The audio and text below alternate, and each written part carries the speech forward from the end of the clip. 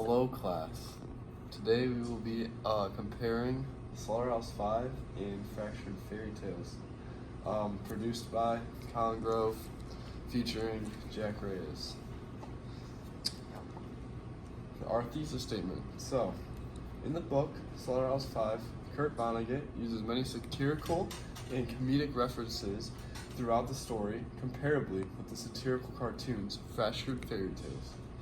Both authors use the satirical devices to appeal to the audiences in similar ways, such as the use of ironic devices in satire, but also different ways in order to present their views on a topic through comedy.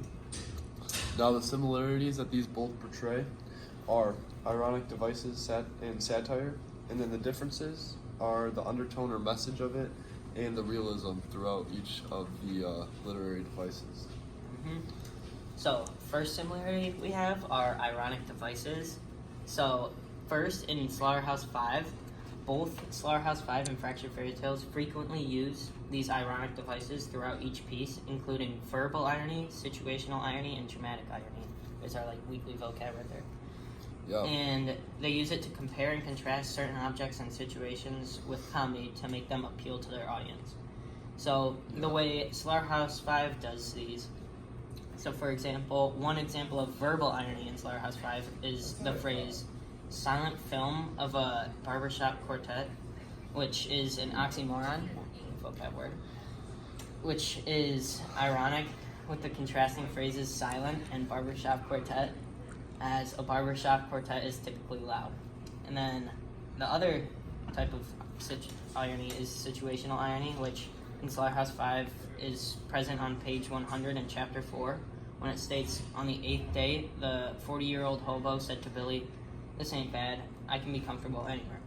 And then Billy said, "You can," and on the 9th day, the hobo died. So this is ironic because he's the only cheerful and hopeful one, and yet he's the only one to die, which is an ironic situation. Mm-hmm. Then lastly, they use dramatic irony too. So for example, they have some instances of dramatic irony throughout the story, such as the fact that the audience knows about the terrible fire bombings in Dresden before Billy creates a type of, before Billy, which creates a type of dramatic irony. So like, you know it's going to happen, but he doesn't know until later. So now, what are the ironic devices in Fractured Fairy Tales? Good question. So we have already showed the many uses of ironic devices in Slaughterhouse 5, but there are equally as many, if not more, in the Fractured Fairy Tales episodes that we've watched. They also use dramatic, situational, and verbal irony throughout their episodes. And some examples.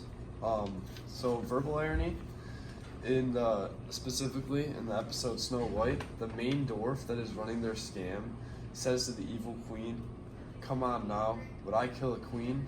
and then winks at the camera. And this is ironic, since in the end, he steals everything from her and tries to get her to like eat her own poisonous apples. So it's like ironic. And then situational irony.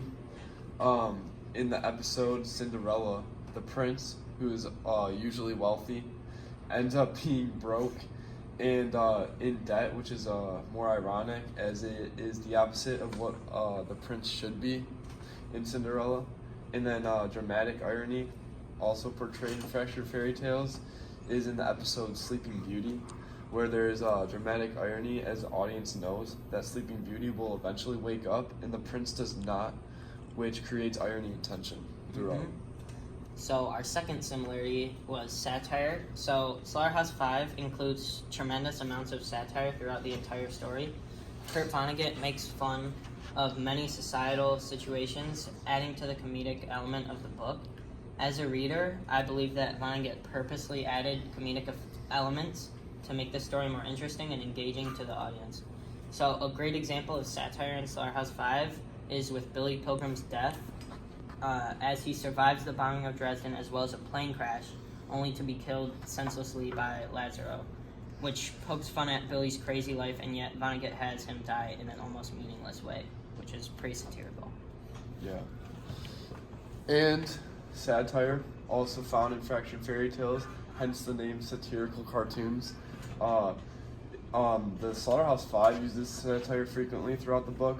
However, Fractured Fairy Tales episodes may use it even more, as they, in general, are satirical cartoons of already well-known stories. There's an abundant use of satire in every episode of these cartoons, and one of the main examples of this is the story in Cinderella, where a poor Cinderella tries to steal pots and pans, or sell pots and pans, to a seemingly wealthy prince who is actually in debt and going bankrupt, and he's trying to marry her as he believes that she is wealthy. And this makes fun of the original fairy tale where Cinderella tries to marry a truly wealthy prince. Yep. So. But she's the broke one, even though she's still broke in this one. Yep. They're both broke. We ain't nothing now, but broke. We start the differences.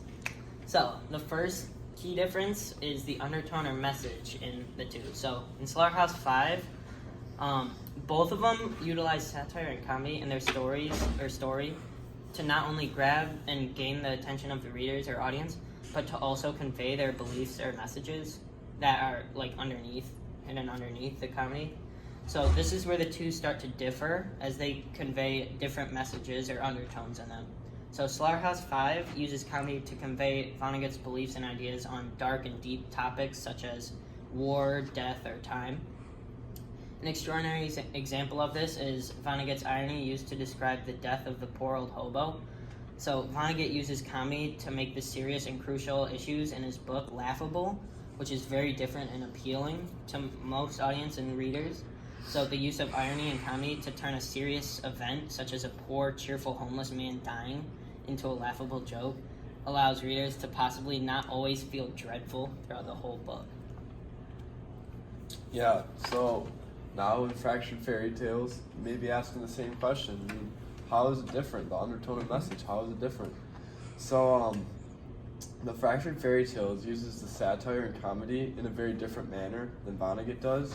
And they use it simply for what it is, just comedy, like just straight up comedy. And they use it to make audiences laugh at the flaws or alternate versions of typical stories. Their underlying message is one that always pokes fun at the original stories or societal problems. Yeah. And an example of this is in the episode Snow White. And the creators of Fractured Fairy Tales take the normal plot of the classic fairy tale Snow White, and they change it into a funny way, where the 7 dwarfs scam and steal from the queen. And they do this by poking fun at the original story and possibly its plot. And I feel like dwarves is not spelled with a V. No, I think it is. I think it's DWARFS. It didn't all correct, so I'm gonna roll with it. It probably is wrong, but... Probably. Yeah. So the second key difference is realism between the two. So realism is much more present in Slaughterhouse 5. Much. Capital M-U-C-H. So it's much more present as the story follows the realistic events of Billy Pilgrim throughout his life and his time in Europe in World War II.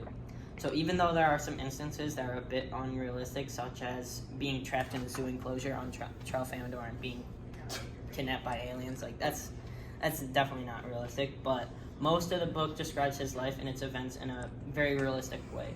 So for instance, Billy's loss of his father, stress and trauma from after the war are very realistic, as they are nearly common in real life for readers, because that's like an example of realism, as it shows like what can really happen in readers' lives. So it really is like similar to some readers.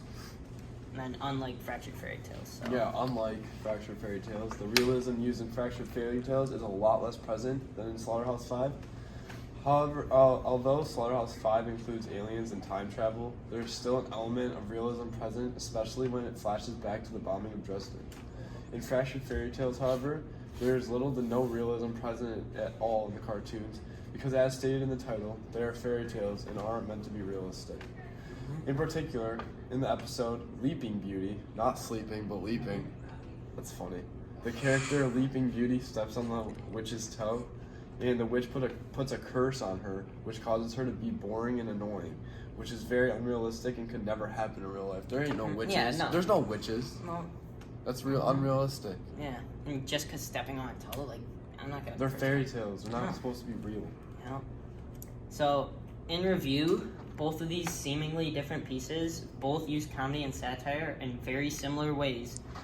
The key difference, though, is that they use them to convey different messages or use them to affect readers and audience members in very different ways. So they both use silly or even hilarious comedy at times, or irony throughout the story or stories. Yet, Fractured Fairy Tales does it to make audience members laugh at the original stories, while Slaughterhouse 5 uses the comedy to cover up and laugh at the truly serious and pressing issues and ideas. And then we made a Venn diagram. Yeah. we did a So lot let's go back and review these. So the Slaughterhouse 5 differences usually has a dark and morally thought-provoking undertone and message, which is sometimes hidden by shadowed by comedy to make the serious laughable. And then it also tells a realistic story while using comedy to make it seem even more realistic, such as making fun of people or events. So for the differences for Fractured Fairy Tales, it has a satirical and sarcastic undertone message, which is often enhanced by the use of comedy to make the comedic aspects even more laughable. Yeah. And then it tells an unrealistic story while using comedy to make the story appear even more unrealistic, such as using fantastic people, items like witches, etc. Yeah. And then both use comedy to further push their ideas and viewpoints, and the similar uses of comedy such as irony, satire, and even sometimes exaggeration are present in both. Yep. So thank you, class, for watching, and I hope you learned something new.